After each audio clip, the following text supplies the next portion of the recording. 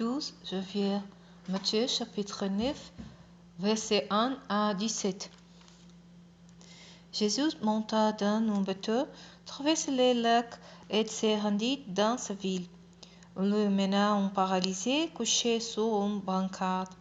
Lorsqu'il vit la foi de ces gens, Jésus dit au paralysé: « Prends courage, mon enfant, tes péchés te sont pardonnés. » Là-dessus, quelques spécialistes de la loi pensèrent en eux-mêmes: cet homme blasphème.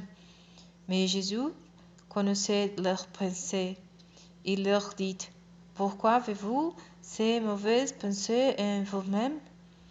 Qu'est-ce qui est le plus facile? Dirait: tes péchés te sont pardonnés, ou dirait: lève-toi et marche. Eh bien, vous saurez que le Fils de l'homme a sur la terre le pouvoir de pardonner les péchés. Alors il dit au paralysé: je te l'ordonne, lève-toi, prends ton brancard et rentre chez toi. Le paralysé se leva et s'alla chez lui. En voyant cela, les foules furent saisies d'effrayant et rendirent gloire à Dieu qui avait donné aux hommes un si grand pouvoir. Jésus s'en alla. En passant, il vit un homme installé au poste de péage. Son nom était Matthieu. Il lui dit: c'est moi. Matthieu se leva et le suivit. Un jour, Jésus était à table chez Matthieu.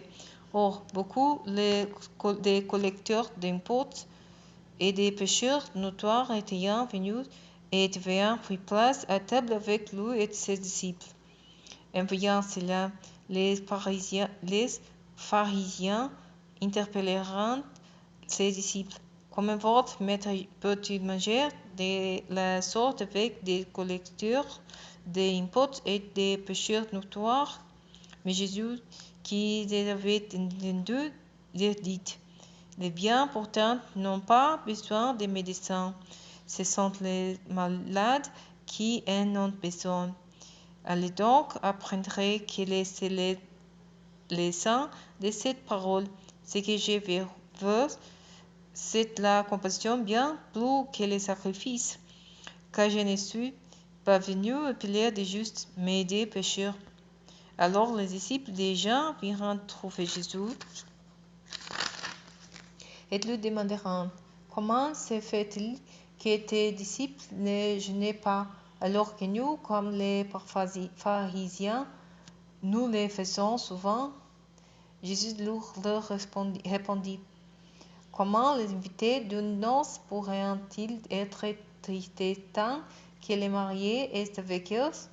Le temps viendra où celui-ci leur sera élevé, alors ils jeûneront. Personne ne rapisse un vieux vêtement avec un morceau de toffe neuve, car la pisse rapportée arracherait une partie du vieux manteau et la déchirure serait pire qu'avant.